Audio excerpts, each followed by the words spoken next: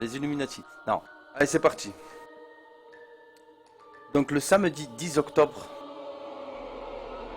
cette histoire elle a été postée le samedi 10 octobre 2015. Ce sont mes derniers instants à vivre. Donc je vous explique, je vais raconter l'histoire, je vais narrer l'histoire. Donc je vais lire l'histoire qui a été postée. Ce sont mes derniers instants à vivre. Le médecin a été clair ce matin.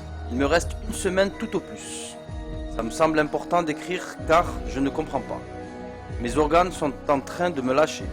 Ça, c'est les faits. Mais ce que je comprends pas, c'est pourquoi. De tous les médecins, de tous ces soi-disant spécialistes que j'ai consultés aux quatre coins de la ville, pas un n'a été foutu de trouver la cause. Désolé monsieur Berthaud, il s'appelle monsieur Berthaud. Vous êtes un cas rare, peut-être une maladie orpheline. Putain. Et bien sûr, sans cause. Pas moyen de traiter les symptômes. Mes analyses sont en chute libre depuis le début du mois dernier. J'ai choisi de passer mes derniers instants chez moi plutôt que dans une chambre d'hôpital. Je suis même plus sûr que ce soit une bonne chose. Je vais mourir seul.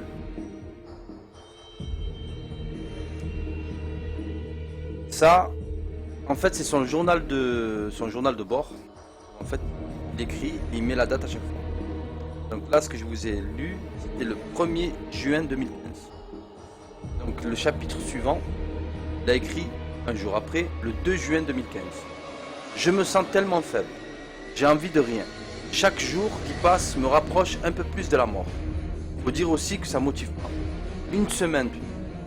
S'il m'avait dit un mois, j'aurais vendu l'appart, mes biens, et tout claqué dans toutes ces choses futiles qu'on se refuse, car mieux vaut garder ses sous plus tard, pour la retraite ou un pépin en cours de route.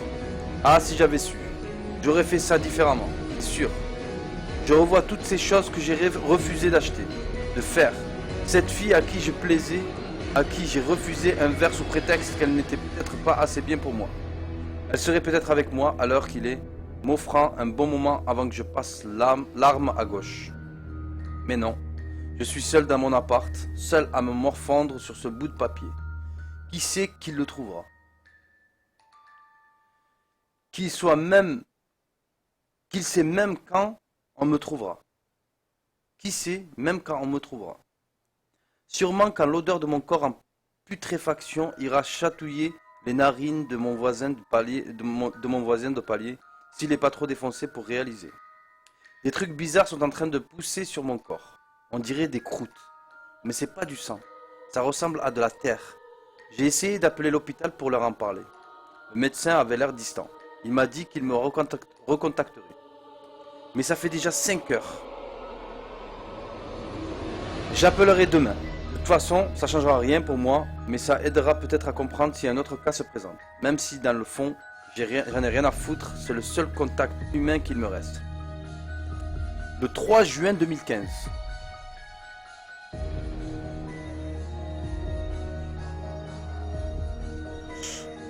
Qu'est-ce qui vous arrive? Le 3 juin 2015. C'est dégueulasse. J'ai ces espèces de croûtes de terre un peu partout sur moi. J'ai rappelé l'hôpital ce matin. On me dit que la ligne n'est pas attribuée. Ils ont sûrement un souci. Il y a un orage monstrueux dehors. Et je vois que quelques habitations sont privées de courant. Ma fin de vie sera vraiment pathétique. Plus aucun de mes contacts ne fonctionne. Ma télévision ne marche plus non plus. J'ai cette putain de neige sur toutes les chaînes. Et le comble du comble, je ne trouve plus les clés de chez moi. C'est comme si j'étais condamné à passer les dernières heures de ma vie seul comme un con. Quelle fin de vie pitoyable. Et cet orage qui grogne, qui gronde dehors, il commence à m'angoisser. Le 4 juin 2015. Je commence à étouffer chez moi. Je n'ai plus aucun contact avec l'extérieur. Plus rien. On m'avait dit qu'un infirmier passerait dans la semaine, mais toujours rien. Mon téléphone, ma télé, ma radio, rien. Rien ne marche. J'ai ouvert toutes les fenêtres dans l'espoir de voir du monde. Je suis au 12e étage, au 12e et au dernier étage, alors que les quelques personnes que j'aperçois ressemblant plus à des fourmis qu'à des humains.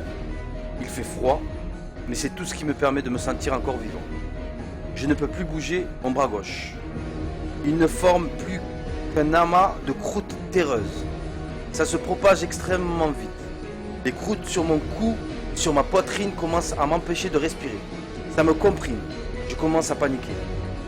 Les lumières de chez moi se sont éteintes. Je vois un peu grâce aux lumières de la ville et aux éclairs. Je ne me sens plus à l'abri chez moi.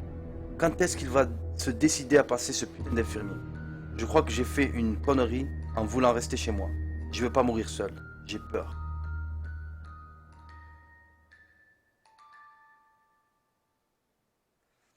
Le 5 juin 2015.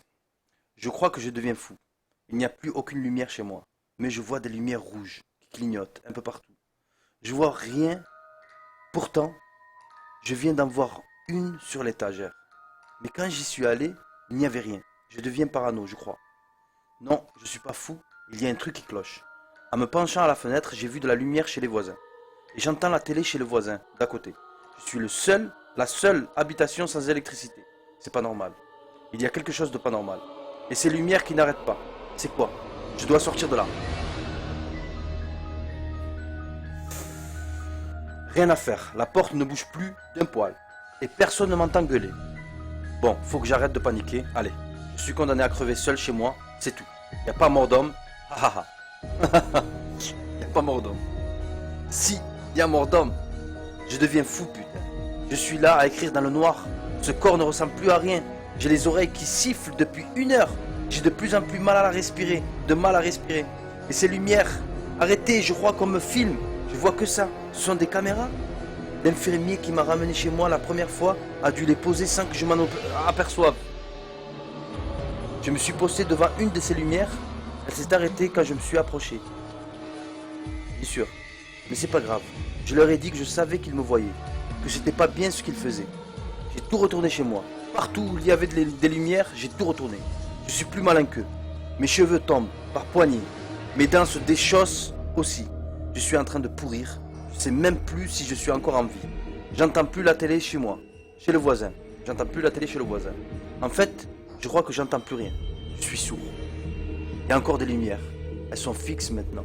Ça vient des murs. On dirait. C'est dans les murs. Plus de force. J'arrive pas à les casser.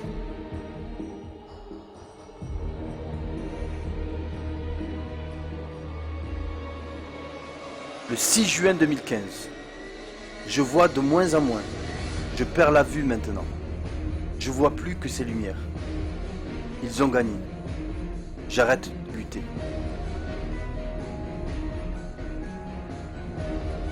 À la fin de la lettre, en bas de la lettre, il y avait marqué sujet numéro 16589. Son âge 38 ans. Non-fumeur. Mort 42 jours après le début des premiers symptômes. Le sujet commençait à se poser des questions, voir le fichier joint. Une recherche est en cours pour déterminer pourquoi l'immunité n'a pas fonctionné. Aucune similitude et aucun lien de parenté avec les autres sujets. 1679 cas de plus que l'année dernière. Pensez à augmenter les doses d'antibiotiques. Voilà, c'était les derniers instants de ce mesquine. C'est la fin de l'histoire. Il est mort seul. Fou. Avant de mourir, il est devenu fou. Parano. Il a crevé. Il sait même pas pourquoi.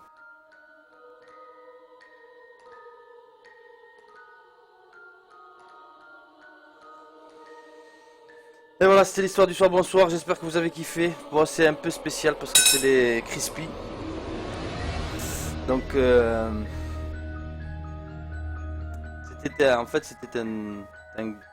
c'était un cobaye en fait. Il testait sur lui ils expérimentaient sur lui des médicaments. Donc c'était le 1679e cas. Et donc pour les prochains cas, il faut augmenter les doses. Donc, en fait, c'était le produit qui lui injectait qui le rendait. Il faisait cette maladie. S'il faut, il était même pas malade. C'est rien que. Vu que c'était un cobaye, en fait, ils l'ont rendu malade, ils l'ont tué. Voilà, c'était l'histoire du soir. Bonsoir. que vous avez kiffé. Je vous dis bonne nuit à tous parce que là il faut que j'y aille. Je me lève demain. Thug Life. Et à la revoyure tout le monde. Bye bye.